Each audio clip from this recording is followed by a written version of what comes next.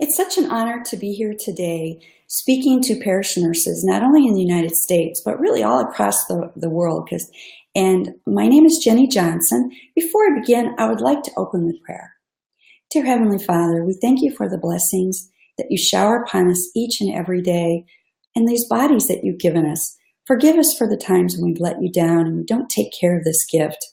May my words today be a blessing to nurses who are working with parishioners and people they come in contact, to remind them this is a gift that you've given us and to just continue to work hard to take better care of that gift. And again, forgive us when we let you down. In Jesus' name we pray. Amen. Well, the first part of most of my nursing career I spent in a suburb of Chicago and worked in a heart institute. The first half of my nursing career, I took care of heart attack and stroke, cardiovascular patients in the clinical setting, whether it be critical care or telemetry. In the second half of my career, I've been involved with the education prevention side. In 1998, our cardiologist who ran our heart institute, Dr. Vincent Buffalino, he bought a technology that could detect subclinical atherosclerotic disease way before the person would ever have an event. It's an amazing technology. It's still grossly underutilized, and I'll be talking more about it throughout this program. He also took care of our governor, so he was a pretty amazing guy. And he was the American Heart Association Cardiologist of the Year. So I was blessed to be sitting in a unique spot for a nurse, and that they needed nurses to go over the preliminary results. Physicians, healthcare providers weren't familiar with this technology, so we had to explain it to a lot of different people as we went. And in that role, I probably counseled 900 people. What we did was we measured their blood pressure, their blood sugar, their glucose, their cholesterol. We did an entire panel of that. We asked them about their eating and their exercise and whether they smoked and what their family history was. And I had this amazing printout of their risk factors. So I could tie their risk factors and, if you will, their harmful behaviors with what we were seeing on the scan. And it provided this incredible teachable moment. In that role, I was curious about motivation.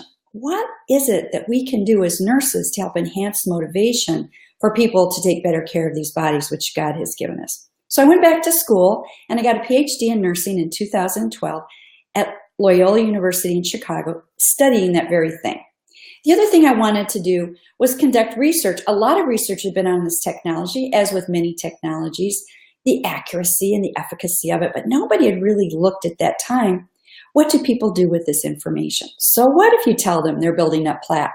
Do they make those important changes? And that research was published in the Journal of Cardiovascular Nursing in January of 2015, and you can pull that article up. It's called, "Does Knowledge of Coronary Artery Calcium Affect the Likelihood of Taking Action in Health Promoting Behaviors?" So I'll talk about this a little bit later as I move through the program. I also would like to give a shout out to Dr. Marcy Schnorr for inviting me to speak today. And I just returned from Bethlehem in Palestine with the parish nurse group that Marcy takes over there every year. I took my husband and my brother with me, and they had a supporting role. So if you're interested, please contact Dr. Schnorr. It's a great experience. I spoke to Lutheran Christians living in Palestine and neighboring Muslims on heart attack and stroke prevention. I'm wearing red today because February is Heart Month here in the United States. My PowerPoint's red to make that point too, that we want to draw attention to heart disease. Oh, a little bit about this picture that you're seeing here today. And I just like this because it's a reminder we're trying to get our members out and about serving the Lord. It's good for their heart. It's good for their brain. It's good for social support. And I just love that picture, to be in service to our Lord. My objectives today are to review current understanding of how heart attacks and strokes develop and the connection with dementia. We've seen this aging population in our membership. And part of that's because of the medications and the treatments that are available, but we're now seeing a greater incidence of dementia. And our families are struggling with this topic. I'll talk a little bit about that. By the time you finish this program, you're going to be updated as of February 2018 on our most recent understanding and guidelines for the risk factors for cardiovascular disease. And hopefully I'll be able to teach you some simple strategies to help reduce risk among your members. And I'll talk in very simple terms, and I apologize for that, but that's how I talk to people. And we need to bring our language down in very simple terms so they can understand it. Now, I love this verse and I love this slide. It's a reminder that our bodies truly are a gift from God. And from 1 Corinthians, or do you not know that your body is a temple of the Holy Spirit within you, whom you have from God? You are not your own, for you were bought with a price. So glorify God in your body. I love that because this is my daughter, Catherine, our oldest daughter, who gave birth to baby Elizabeth 2.5 years ago. And it's just 12 hours after birth, no less. And she looks amazing. Nobody should look that good after having a baby. But it's the reminder that when we're born, our arteries are nice and smooth like the inside of our cheek. And it's our behaviors and our lifestyles that cause the wear and the tear and the damage. And a great bit of that is preventable. Now, some scary statistics that I always take to audiences, some of that's review for you, some of it may not be. Leading cause of death still remains number 1, heart disease, number 2, cancer, and number 3, stroke. Pulmonary disease is etched out above stroke pretty close the last few years, but heart attack and stroke kill the biggest number of people. The behaviors that I'm going to be talking about today that reduce your risk for heart attack and stroke also reduce many cancers as well. Now, this statistic most people are not familiar with. 50% of men and 64% of women who died suddenly had no warning of the impending attack. They're living a perfectly normal life. Some studies have suggested that maybe 30% of people have some early warning signs and they don't recognize them as cardiovascular. But people are living relatively normal lives, and the first symptom that there's a problem is sudden death. Well, this technology that I'm going to be talking about would find those people, but it's still grossly underutilized here in the United States. And this is also really important to point out to audiences, 1 out of 32 women will die of breast cancer. 1 out of 3 will die from heart disease. We freak out when we get an abnormal mammogram, but do we worry so much about our elevated blood pressure, cholesterol, or glucose? No, because we can't really feel that damage that's occurring, but we should. And it's similar for men. 1 out of 36 men will die from prostate cancer. 1 out of 3 will die from heart disease.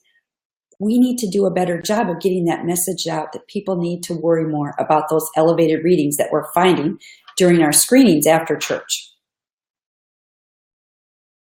I always have to show these pictures to the audience because you know as well as I know, many people think a heart attack occurs when the aorta explodes. They don't understand that these spaghetti-sized arteries that surround the heart are the problem. And we need to do a better job of keeping them nice and open so that blood keeps carrying oxygen to that heart muscle so it can keep pumping oxygen to the rest of the body. And the same thing with the arteries in the brain. Stroke is a disease of the vessels, and we want to keep those as healthy as possible. Atherosclerotic disease or plaque buildup, I want to clarify some things about that. I've read articles interestingly in our newspaper about this healthcare provider, that healthcare provider that says, oh, it's not LDL cholesterol anymore, it's inflammation. Well, I want to clarify where our current thinking is on that. And be careful, a lot of things we're learning about are still emerging research. What I'm going to be talking about today is solid, supported by the national guidelines on various groups. So these are pictures I've drawn. Just as a review, hardening of the arteries was seen at autopsy. A little late to do anything for the patient. And that's the calcium deposits that I'm going to be talking about. It's an old term, but it still works for today.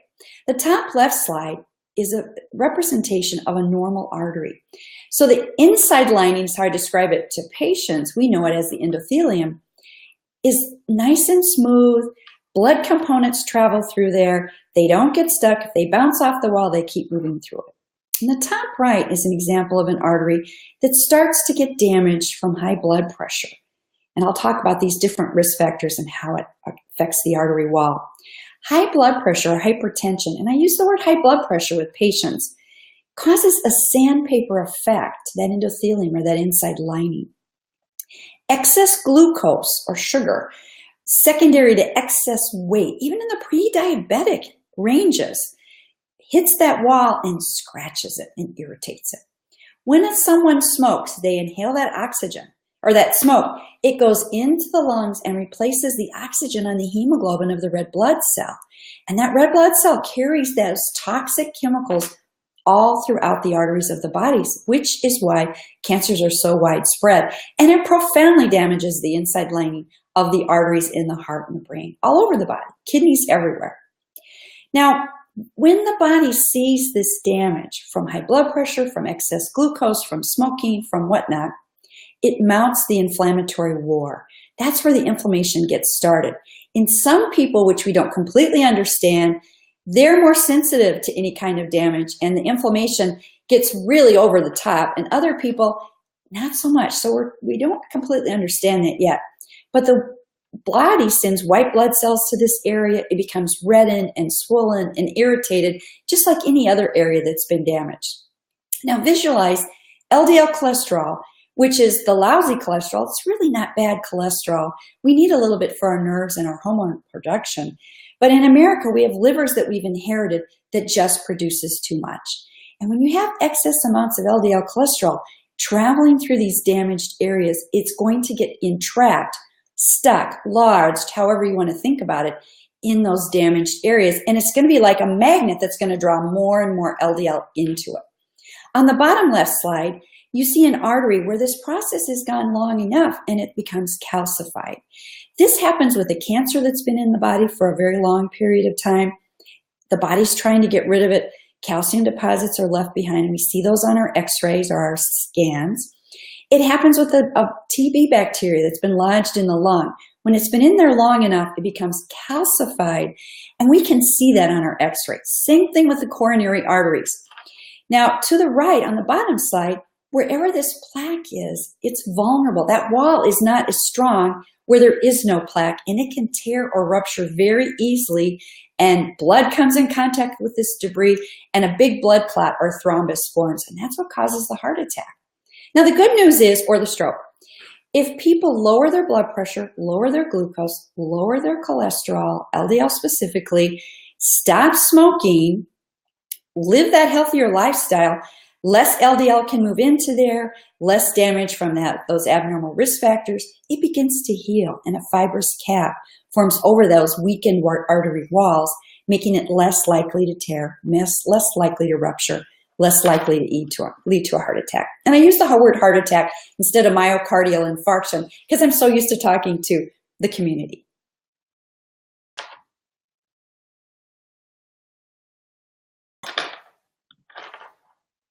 Now, this is a picture of the non-contrast coronary artery calcium scan that I'm talking about. It's recommended by the American Heart Association, American College of Cardiology, and about 7 or 8 other national groups to be used as a screening tool, the non-contrast, for people with intermediate risk factors. You wouldn't get this scan if you've already had a heart attack or stroke because we know you have a lot of disease and you're at risk. I recommend men over 40 and women over 50 who have a family history of premature heart disease, especially, and risk factors, to get this scan. In some states in the United States, you do not need an order. In other states, you do. But the name of the test is there in front of you. It's also called the mammogram of the heart. So what they do is they connect the patient to a monitor. It's usually a lead tube. And up until this technology, you couldn't get clear pictures of a moving, beating heart. It would just be noise. But this technology fires a picture in between heartbeats when the heart's at rest. So the heart beats, rest, beats, rest. When that rest cycle is going on, it takes the pictures from the top part of the heart all the way down, about 30 to 40 images. The technician circles wherever they see calcium deposits, and the computer quantifies the amount that's seen. So you're looking at the order, the aorta, the circular thing in the front. And then coming off of it is the left main artery, the left anterior descending, the right coronary artery, and the circumflex are what they're looking at. And it gives a score. It gives 2 bits of information. How many locations were calcium deposits notified? Those are plaques or lesions. And how much was seen, overall score. Half of the people that get this test will have a 0 score. They will not have any amount of significant atherosclerotic disease building up. The negative predictive value of a 0 score is 99% that people don't have disease with those types of scores. They need to eat healthy, exercise, keep an eye on it. The other half are going to have varying ranges from a small amount to a very large amount. We worry about the people with moderate to large amounts of plaque because they're at risk for an event, for a myocardial infarction, for a stroke, and we treat those risk factors much more aggressively. And like I said, we can't always identify.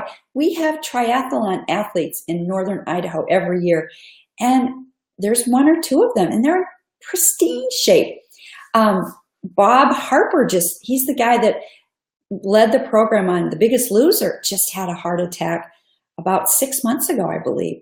So sometimes we're fooled. Now, it's not always so obvious. So I recommend this test for everybody. During the February month, Heart Month, most centers discount the place, and you can get it pretty inexpensively. Not all insurance carriers cover it, but at most places it's around $100. And when I did my dissertation research, it was even less. So do check that. February's the month to get it done.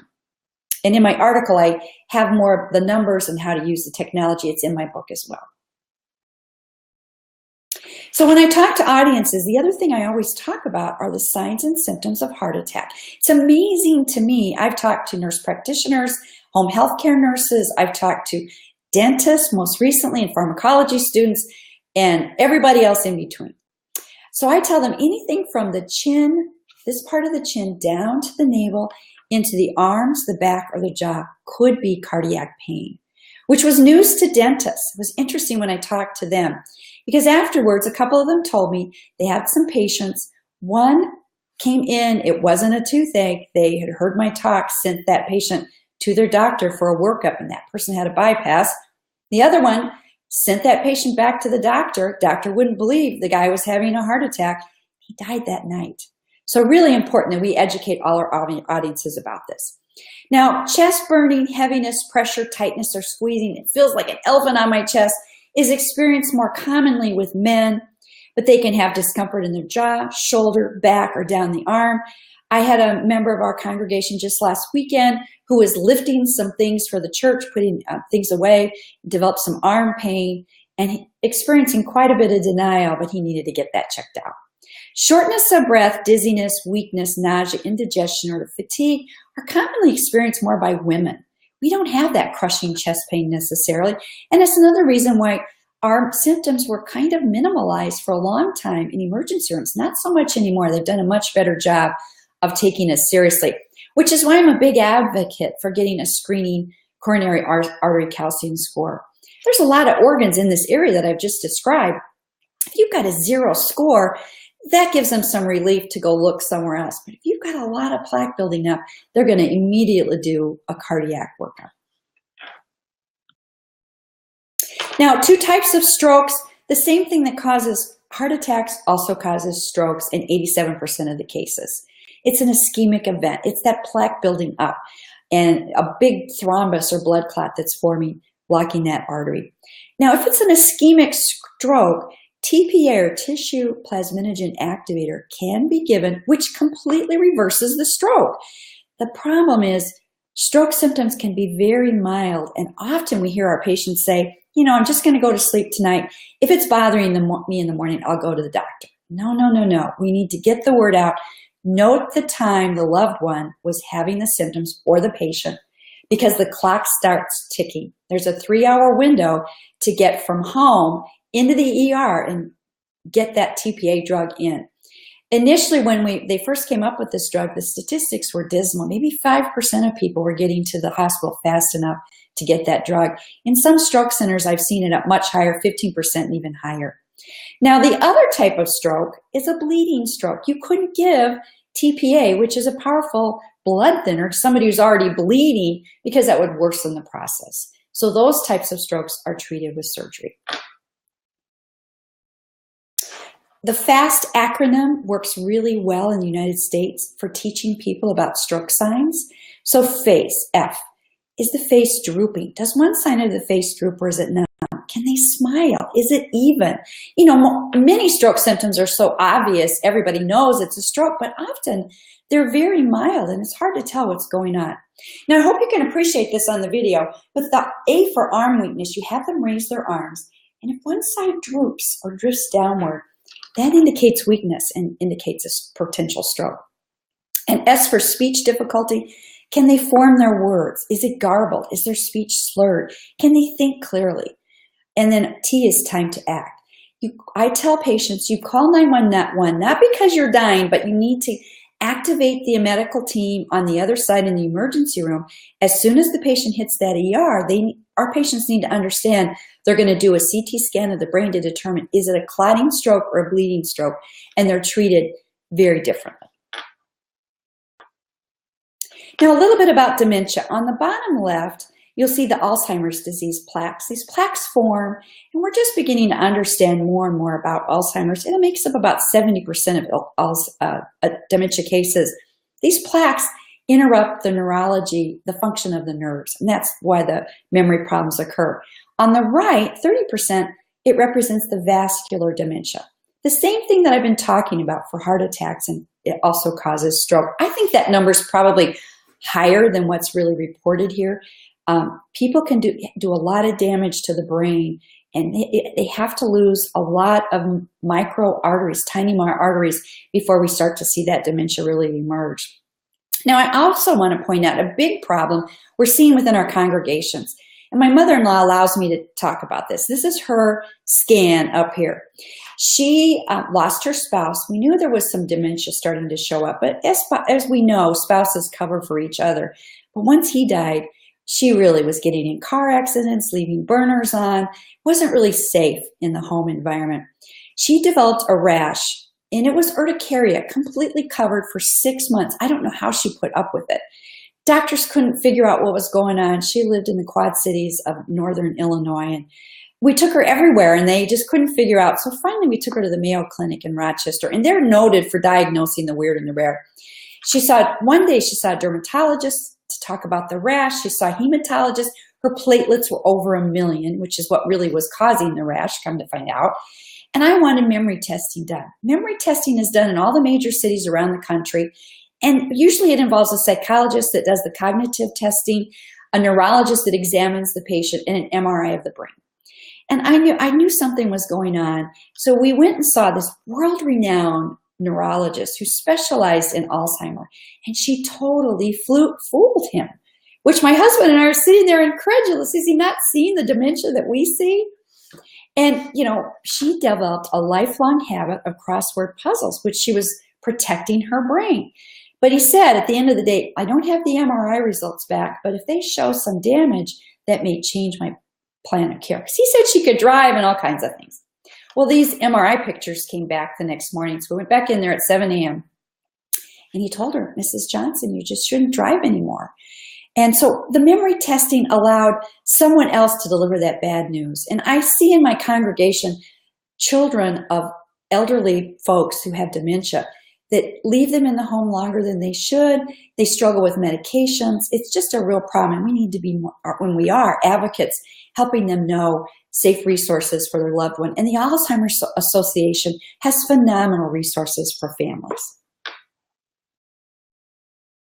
Now, 80% of all heart attacks and strokes could be prevented if people did 5 things. Number 1, quit smoking. Number 2, ate a healthier diet. Number 3, increase physical activity. Number 4, maintained a healthy weight. And number 5, control cholesterol, blood pressure, and blood glucose. Great, we're done. We'll just tell that to our patients and we can go home, right? Well, we all know it's not that easy. It's easier said than done to change those harmful behaviors, right? And I argue, why would people give up? Those harmful behaviors are pleasurable. Why would they give those up if they didn't have to? We have to do a better job of making the case on the have to. So what I'm going to do in the next segment is I'm going to talk about each one of these and just kind of update you on our new approaches in dealing with that. And these statistics hold true all over the world. So little Bible verses here that will help us from 1 Corinthians. So whether you eat or drink or whatever you do, do all for the glory of God. And that's true. We need to take care of these bodies that the Lord's given us. However, we all live in a sinful world and for sinful human beings. And so Romans reminded us, for all have sinned and fall short of the glory of God. But we just keep trying. We keep trying to do better. So, and I love this one from 2 Corinthians. So to keep me from being too elated by the surpassing greatness of the revelations, a thorn was given me in the flesh, a messenger of Satan to harass me, to keep me from being too elated. Could that be excess weight? Could that be smoking addiction? Could that be a lack of interest in exercise? Of course it could be. Whatever it is, I like to share those verses. So a little bit about smoking. Good news and bad news here. It raises blood pressure with each puff. It increases the viscosity or the stickiness of the blood, and it profoundly damages the arteries. And if you have a myocardial infarction closer to that last cigarette, the blood clot or the thrombus is going to be bigger. So immediately upon quitting smoking, we can tell our patients some of these things related to the blood pressure, the stickiness of the blood, and the size of initial blood clot, they go away immediately. It takes longer for the damage to heal and for the cancer risk to go down. In the United States, we have the National Network of Tobacco Cessation Quit Lines, and they're awesome for walking people through the behavior change piece for smoking, which is really important, but we know our smoking rates are dismal and it's not enough, right? And most local hospitals have smoking cessation programs as well, and I am a big, profound proponent of that. But we need to increase our quit rate numbers, which are pretty dismal. I've seen statistics as low as 4 or 5%. A little bit about some things that seem to help. As I entered my BS into Ph.D. program at Loyola, I was honored and blessed to work with Carol Southard out of Northwestern University. Carol is brilliant with smokers, and she throws everything at it, including the kitchen sink. So she gives them one of these nicotine replacements. The patch is great because it avoids those drops in nicotine levels that occur during the night when people, the nicotine levels drop and they smoke a lot to raise that level. It gives them a little more consistency in blood levels of nicotine replacement. The gum works, you chew it, you get this ping, you pocket it in the side of the mouth. It can cause some belching and people don't like that. I like the lozenge because you can suck on it, wrap it back up, and suck on it again when you get a craving. These things are kind of expensive for patients, so that works really well. The inhaler is a prescription. It doesn't really break the hand-to-mouth habit, so those of us in smoking cessation don't really recommend that. And the nasal spray is also a prescription. It's powerful. It's for that 2-pack-a-day smoker or greater who's really struggling. Now, on top of one of those, Carol recommends, and I recommend, either Zyban or Wellbutrin, which is an antidepressant, which was found by accident, reduces cravings, and has been beneficial to many of my smoking patients, or varenicline or Chantix, which is newer on the scene. So just as a quick review, because I think this is helpful to understand this. When a smoker smokes, for those of us who are non-smokers, within 15 seconds, that smoke enters the rich blood supply of the lungs. It crosses the blood-brain barrier. The nicotine gets into the blood, the smoke gets onto that red blood cell, crosses the blood-brain barrier, hits those receptors of dopamine in the brain, and releases what feels like a shot of Valium. Oh, that's why it's so addicting. Who wouldn't want that when you're under stress and all those types of things? The way varenicline works is that it goes to those receptors in the brain and it hangs out there. So when the smoker smokes, that nicotine can't get into that dopamine receptors. They don't get that benefit from smoking. They don't get the payoff. And smokers have described it like smoking a campfire or profoundly changing the taste of cigarettes. So it's been really powerful in helping people quit smoking as well. And we want to do whatever we can to quit smoking. And you have, throughout this whole presentation, I've cited this. You'll have book titles of the topics I'm addressing that are great references, and where to go on the clinical guidelines for smoking cessation as well. On the diet size, the U.S. News World and Report, this is a phenomenal resource if you haven't been here. I'm going to be talking about, some of the people I'm going to be talking about today sit on that national council, and they evaluate all the diets that are out there. And they rank them on how easy it is to follow, how effective they are, what kind of outcomes, that kind of thing. And the DASH diet came in, the dietary approach to stopping hypertension, and the Mediterranean diet came in the top 2, as they have been for the last several years. I took that diet information and shrunk it into this slide, which I'd be happy to send to you if you would like a copy. to make it easier for patients to follow. And I encourage them to stick it on the refrigerator. This is what they should be eating. So it's more of a plant-based diet, more fruits and vegetables whenever they can. Now, obviously, diabetics have to be careful of the sugar fruit thing, and I always, in working with diabetics, send them back to their diabetic educators.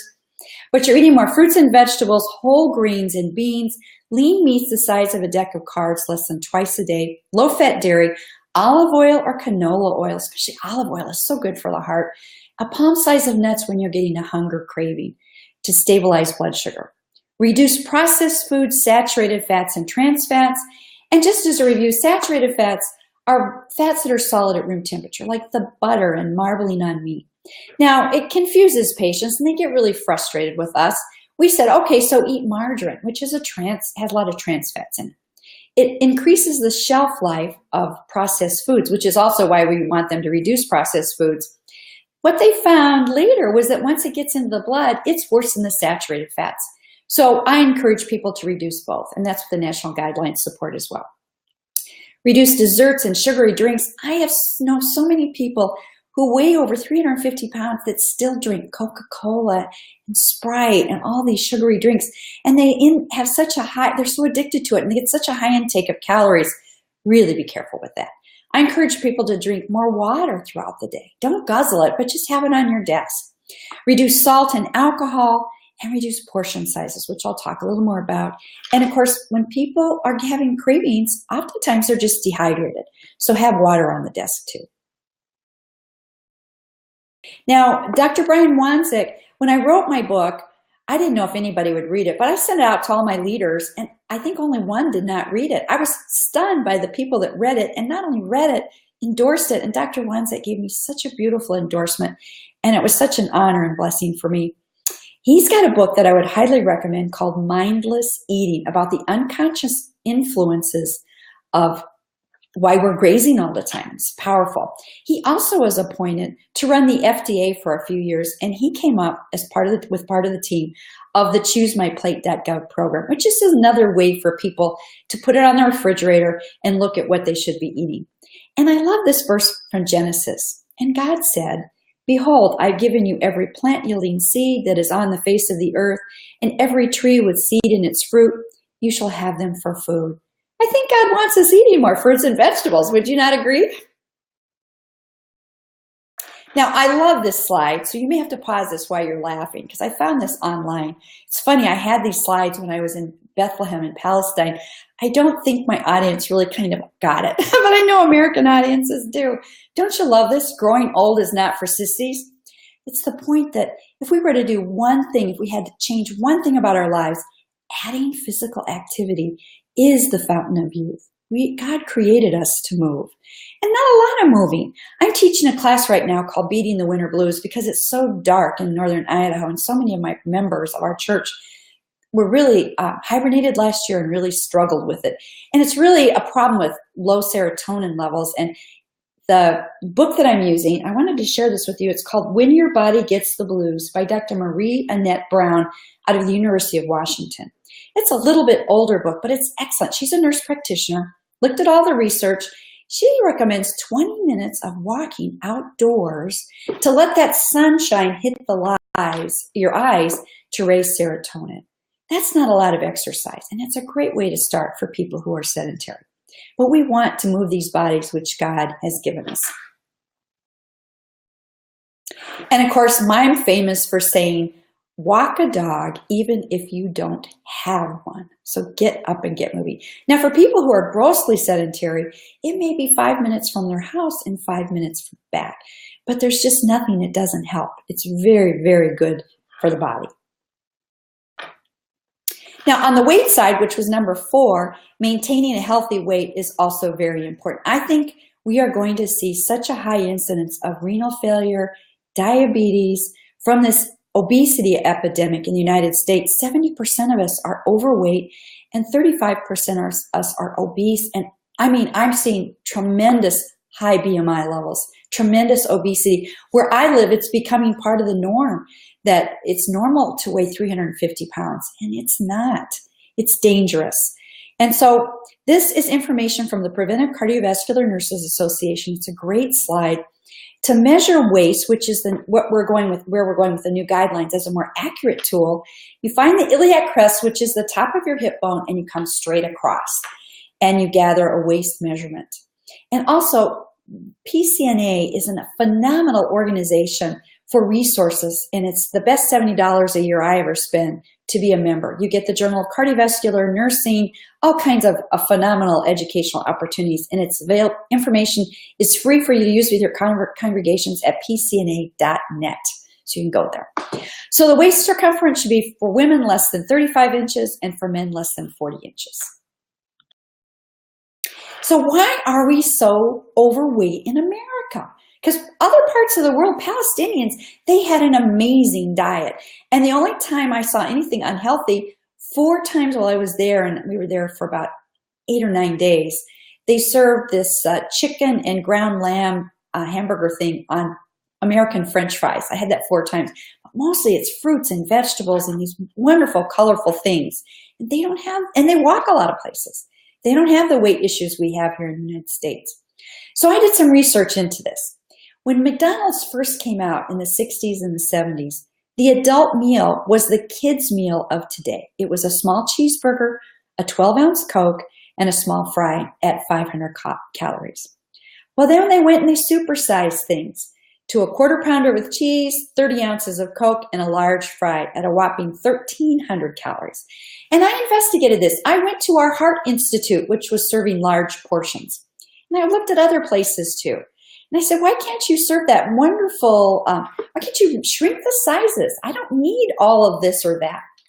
Well, they found, and this all changed in about the 90s, we found that if we could increase our portion sizes without much cost to us, but if we increased it dramatically, we could charge a lot more for the product. Now, I'm all for people making a profit.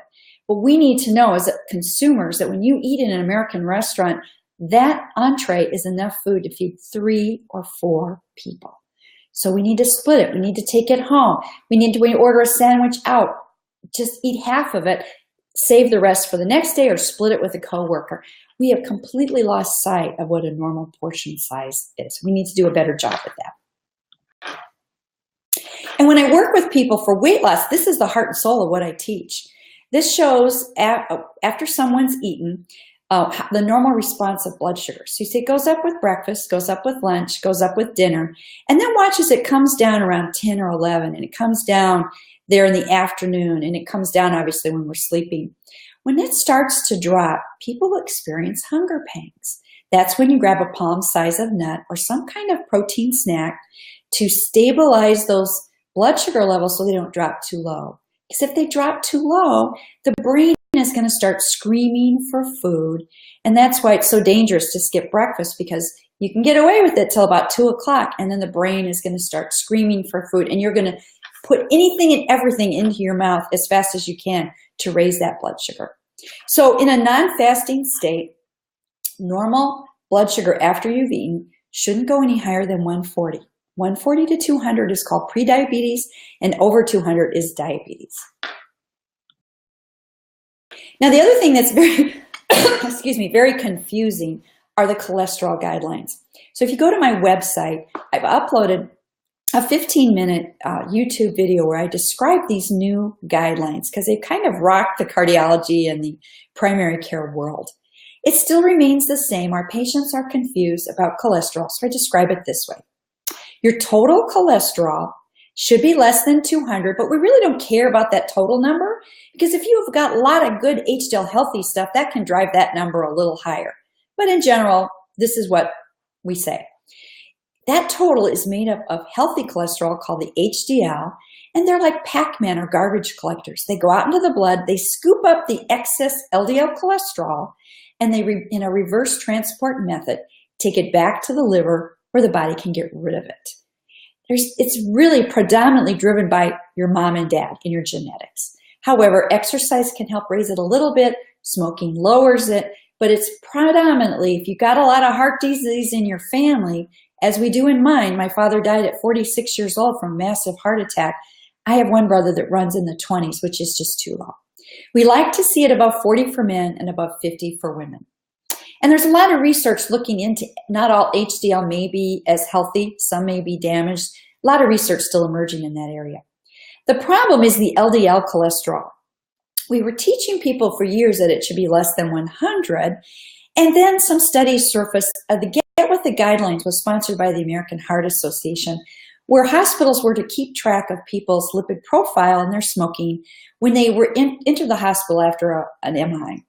And what they found, they looked at, as that data started to come in, they looked at about 540 hospitals across the United States. It was about 140,000 patients. And they found, shockingly, half of those people being admitted for a heart attack had LDL cholesterols less than 100. Less than 100, right where we told them it needed to be. And of those, only 21% were taking a statin. Why were people having heart attacks at the levels we told them they should be at? So it drove the train to do more research, and they found that for 4 groups of people, an LDL goal of 100 may not be good enough. And those 4 groups are people that have already had a heart attack and stroke. We know they're at risk, so we want to lower their number profoundly. And by lowering it means by 50%. So if you had a heart attack and your LDL was 100, your new goal is 50.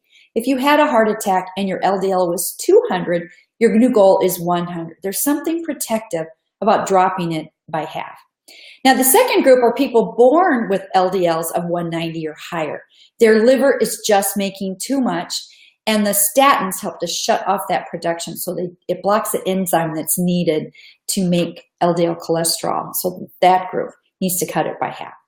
Diabetics with risk factors, because we know diabetics equal heart disease. That's what they die from.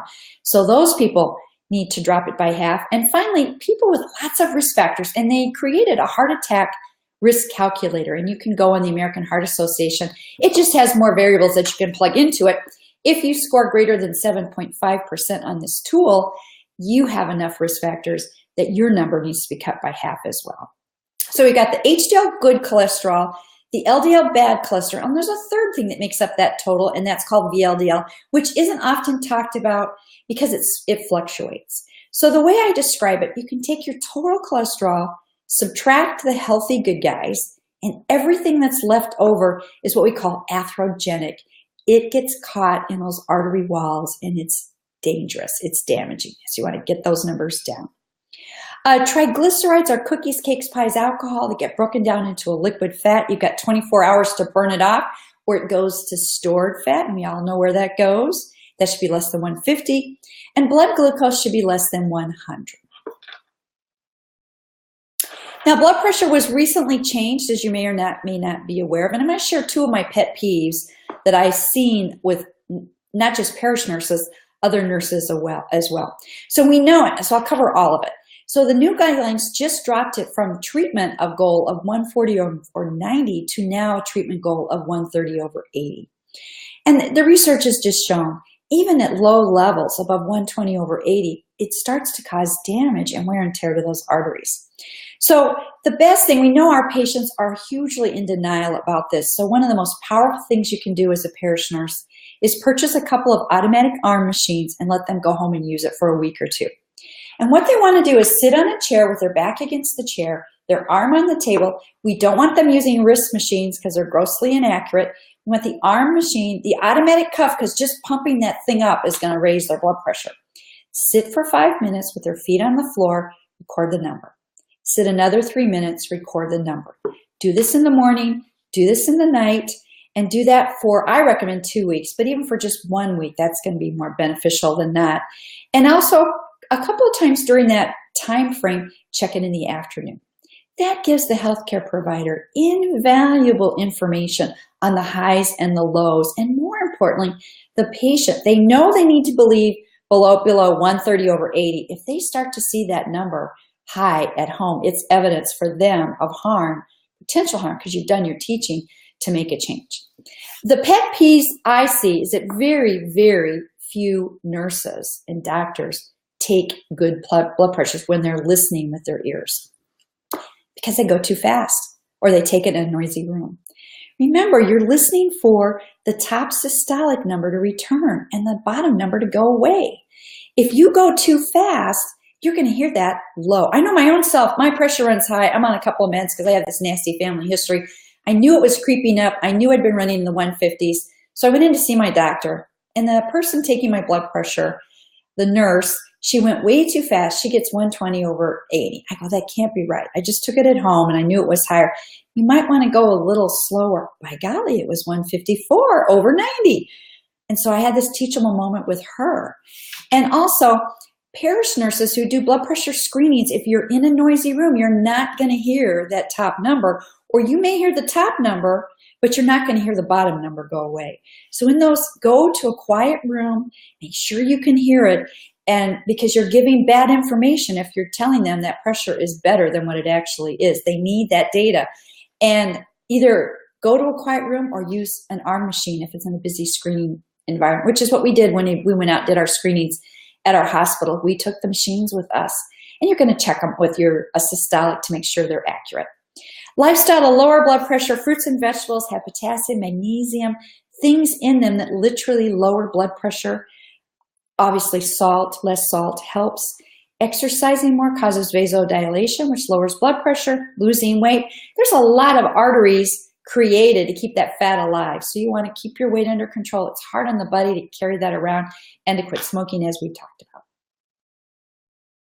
So this is just a slide that you can review on your own, but it shows the new blood pressure guidelines. Normal is less than 120 over 80, and it's not pre-diabetes anymore. It's called elevated. Anything between a systolic of 120 over 129 and a diastolic over 80. And then you see the stages of stage 1, stage 2, etc. And you can review that. They're getting much more aggressive with blood pressure. Now this slide shows what happens as the systolic blood pressure goes up, the incidence of end-stage renal disease. And that's because that high pressure blasts those tiny arteries apart in the kidneys and causes damage. Last thing in this section I'm going to talk about is controlled blood glucose. 3 tests that are really important, one not being utilized enough. You know that the fasting blood glucose, if you don't, just to review, is an indication of how that liver is functioning during the night. How much glucagon is it releasing? That should be less than 100. I get so frustrated with pre-diabetics who've not had an oral glucose tolerance test, which is a function of the pancreas, which secretes insulin. We know with prediabetes, there's insulin resistance. The pancreas, there's a disconnect between the insulin that's being released and the cell's ability to pick it up and utilize it.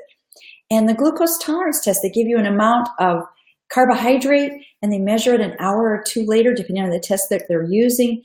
If that's abnormal, if that's elevated, something wrong is going on. And there's definitely damage occurring to the arteries in those pre-diabetic states. So really encourage your patients to get that test. Hemoglobin A1C can be confusing to explain. I just explain it this way. As the red blood cell floats throughout the body, it picks up sugar. If it's picking up a lot of sugar or glucose, there's a lot of days where that sugar is out of control. So that's basically how simple it is that I explain that, and that should be less than 5.7 in abnormal people.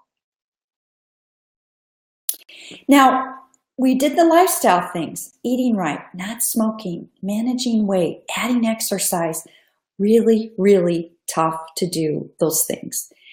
But if blood pressure and glucose and LDL cholesterol is still too high, people need to take the medicine. In northern Idaho, where I have a lot of ranchers in my congregation, and even in the Midwest, I saw this too. There's such resistance to medication. People think big drug pharma's in cahoots with the doctors, and it's just crazy stuff that you hear. The medication protects their brains, protects their heart. And I remind them, what was the life expectancy at 1900? It was about 47. What is it today? It's in the 80s because of medications that are protecting the body. So they have to take the medicines to get those numbers down. But the more they do with lifestyle, the less medicine they'll need. Now, I always like to show this slide. It's a little disturbing. For every 100 prescriptions prescribed, and I should say, I presented recently to pharmacy students at Washington State University, and they were pretty stunned by this this slide that I'm going to be presenting now. Of those 100 prescriptions, 50 to 70% get to the pharmacy. Of those that get to the pharmacy, 48 to 66% come out of the pharmacy. Of those that come out of the pharmacy, 25 to 30% are taken properly. And of those taken properly, only 15 to 20% are refilled. Now, those statistics are horrible. And we parish nurses can do a better job in helping our patients, our members understand the importance of following their healthcare provider's advice. The other thing we see is this whole dementia problem. One of the main reasons why people end up back in the hospital is because they're not taking their medicines properly.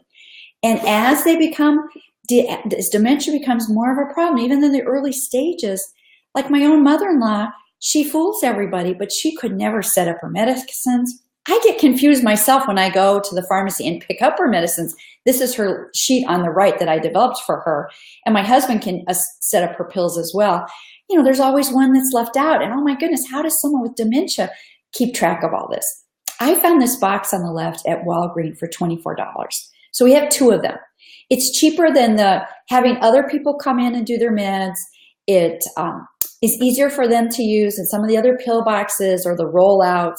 And she was in an assisted living place, and she was paying $4,000 a month, and we were able to move her to an independent senior living place where they provide her meals. She can't drive. My husband and I take care of her medicines because of this device. She picks out the day, her morning pills are there, her evening pills are there, and she does that faithfully. She's very, very good about that. So we have 2 of them. We have the month that we always have one ready to go for when the month flips over. But it's helped. Home health care nurses have been surprised by this, as were my pharmacy students. So another simple tool, you can either buy them from your church can donate them to your people that you worry about, or family members can purchase them, and they should be doing the meds for their loved one. It buys them more time in their home and more time in an independent living environment. Now, stress is a big part of all our lives, and I want to talk a little bit about that. As I went back to get my Ph.D., I spent 3 years working as a research assistant with the research of Dr. Linda Janusek, Janusek, if you want to Google her work. My role was to enroll women with early stage breast cancer into our study. What stress does, it raises cortisol, and as cortisol levels go up, natural killer cells go down. And natural killer cells are part of the white blood cell system that go out into the blood, look for cancer, devour it, get rid of it. So Dr. Janusek randomized women to one group that received John Kabat-Zinn, he's out of California's mindfulness meditation program, and the other group received usual care, because just being in a study can skew your results. And they got education on diet or radiation burns or something like that. And her hypothesis was that as cortisol would go down, natural killer cells would go up, and they would have a better ability to fight cancer. And that's exactly what she found. So it raises the point of how important it is to get this stress thing under control.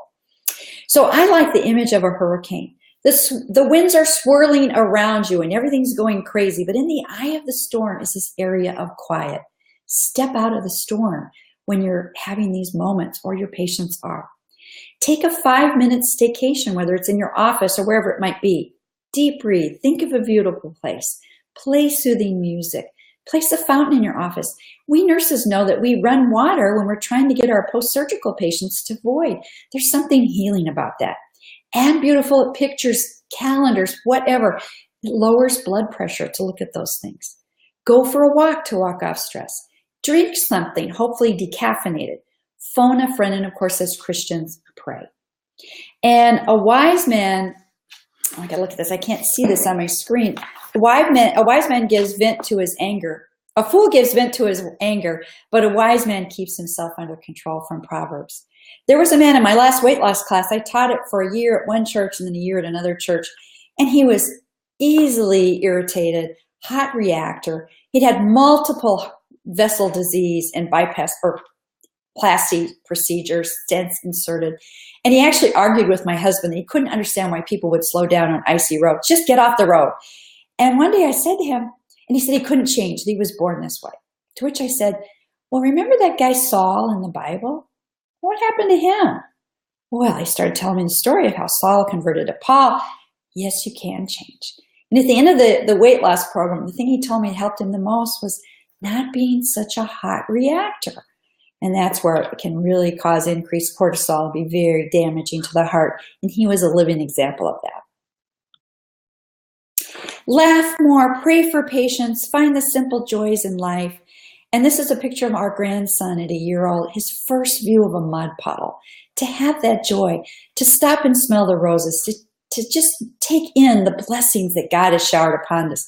So important.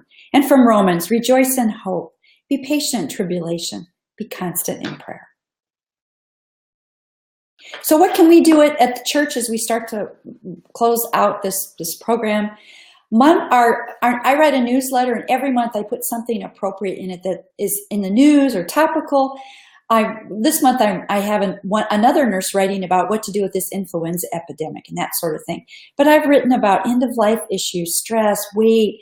I'm dealing right now with the winter blues in dark northern Idaho, and I'm writing about that. Great opportunity to provide education to our members.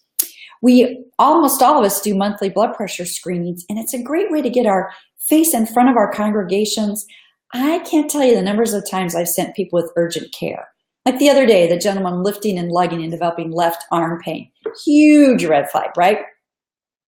Education programs. I've done weight loss, stress, end of life, lots of different topics. I love what my daughter's doing in Kansas City. Now, she's a busy surgeon, but she still runs a mother's support group. She has a 2- and a 4-year-old. And that's, I think, the solution to so many of our problems. Teaching our mamas how to discipline children appropriately. They can help their husbands. And then the importance of getting our families involved in the church. Very, very important. And I already talked about my winter blues program. A little bit about motivation before I finish this. How do we increase that motivation? Well, the health belief model was developed in the 50s from Rosenstock, who was a psychologist secondary to the TB epidemic they were encountering at the time. People were being exposed. They weren't getting a TB test. People were being found positive on the TB test. They weren't following up to get their chest x-ray. The chest x-ray was showing disease. They weren't staying adherent on their medications. And he developed this health belief model, which is, I think, more relevant today than ever. Why would people give up harmful behaviors that they enjoy if there wasn't a darn good reason to do so? We have to give them that reason carefully. So it's this idea that the more I understand my risk for a heart attack and stroke, the more likely I'm going to take action to do something about it. And the trigger or the cue to taking action may be someone in the congregation that died from a heart attack.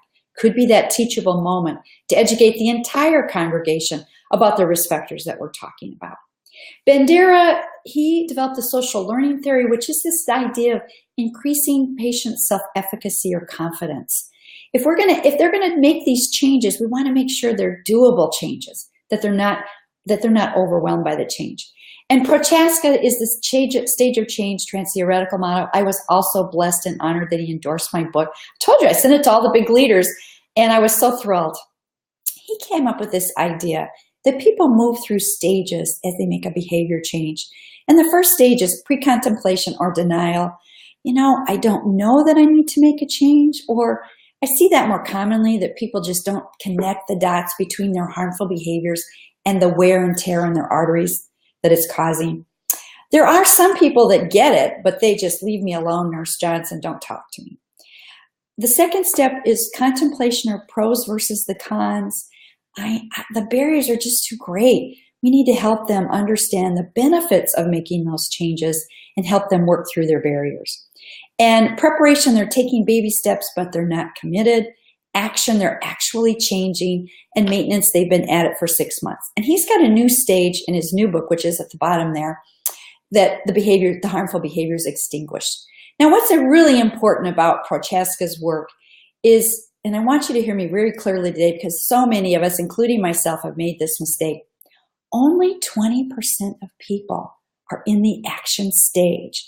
80% are either in denial, they're weighing the pros versus the cons, or they're taking baby steps. But what's the lifestyle prescription that our national guidelines give, that healthcare providers all around the world give? It's that eat like a rabbit and exercise in a gym or whatever, really pushing aerobic activity. All well and good. It absolutely works, but only 20% of people at best can actually do it. You give that action-oriented prescription to most people in denial, weighing the pros or the cons or the baby steps, they're going to be totally overwhelmed. It's going to be way too hard. They're going to fail. And then it just continues that spiral of failure. New research shows, it's in my book, it's in Wanzing's book, it's in Prochaska's work, small baby steps, things that they have confidence to do. So they're successful. That success will build on. It begets more and more success.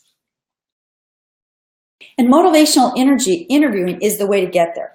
Rolnick, Mason, and Butler were addictions counselors that use this approach, and we're using it across the board. It works really well. It's this individualized, patient-centered approach where you're meeting the patient where they're at. You build rapport. We all do that as parish nurses really, really well. We do or we wouldn't be parish nurses. It's this idea of guiding rather than badgering, encouraging rather than shaming, negotiating rather than dictating, and it's reflective. We're listening to the patient, commenting on what they're commenting on. And the patient decides what they want to change. So if you'll bear with me for just a minute to share this story, because it's hugely important.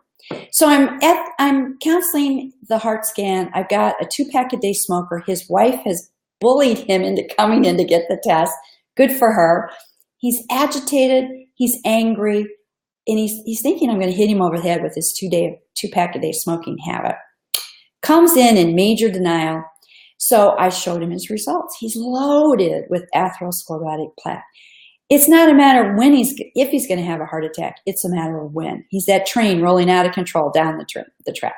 Once I gave him his results, and I talked to him and made it very picturesque how that smoking and those risk factors were harming those arteries, I have the teachable moment. The denial goes away. Oh my goodness, what can I do to stop this? So I go through all the risk factors, and I'm hoping, Nurse Johnson, that the one thing he's going to quit is the smoking. And I always ask 2 questions at the end of my sessions with people. What did you hear me say about your results today as you go back and you tell your spouse about it? So then I could find out if you really understood it and could correct any misunderstanding. And then the last thing I would ask is, if you were to make one change today, what would that be? And he said, well, I think I'm going to increase my exercise, which really upset me because what I wanted him to do was decrease the smoking. So we followed up at 1 week, we followed up at 1 month, and we followed up at 3 months. And he didn't return my phone calls those first 2 times. But the 3rd month, he couldn't wait to pick up the phone to tell me he'd quit smoking. And I said, how did you do it? I increased my exercise, which reduced my stress, which allowed me to quit. So the moral of the story is the patient determines what they want to change. And the Rolnick ruler is a tool that we can use with them. On a 1 to 10 scale, how confident are you that you can make this change? If they tell you they want to go and work out at a gym 5 times a week and their confidence is a 3, a 4, or 5, they are not going to stick with that. So you can say, what can you do? Your confidence is pretty low. What could you do to raise that number? Well, maybe I could walk 3 days a week in my neighborhood for 20 minutes at a time.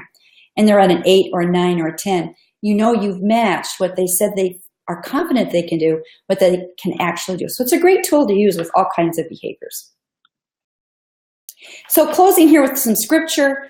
More than that, we rejoice in our sufferings, knowing that suffering produces endurance, and endurance produces character, and character produces hope, and hope does not put us to shame because God's love has been poured into our hearts through the Holy Spirit who has been given to us in Romans.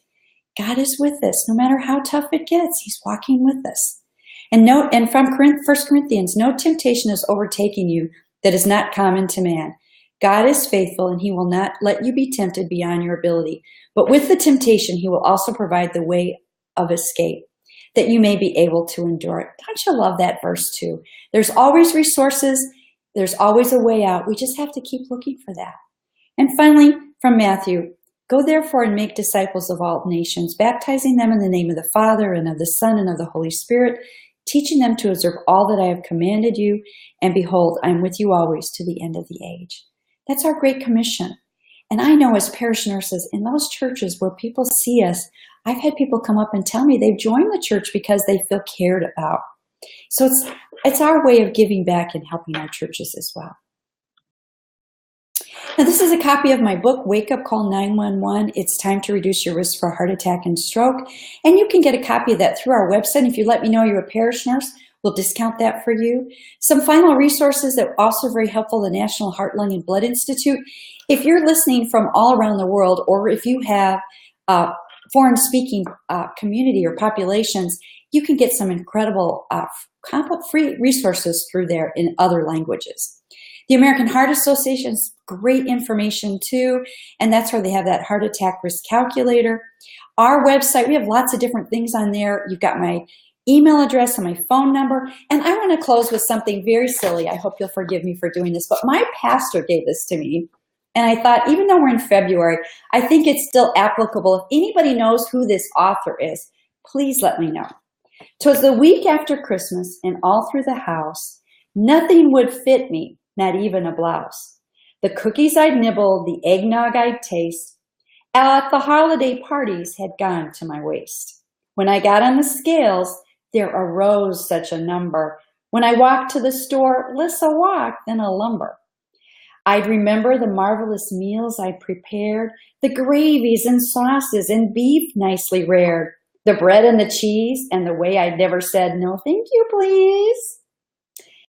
As I dressed myself in my husband's old shirt and prepared once again to do battle with dirt, I said to myself as only I can, you can't spend a winter disguised as a man. So away with the last of the sour cream dip. Get rid of the fruitcake, every cracker and chip. Every last bit of food that I like must be vanished. I won't have a cookie, not even a lick. I'll only chew on a long celery stick. I won't have hot biscuits or cornbread or pie. I'll munch on a carrot and quietly cry. I'm hungry, I'm lonesome, and life is a bore. But isn't that what January is for? Unable to giggle, no longer a riot. Happy New Year to all, and to all a good diet. Don't you love that? And I'm looking at my notes, make sure I haven't forgotten to tell you anything. No, it's been great speaking with you today.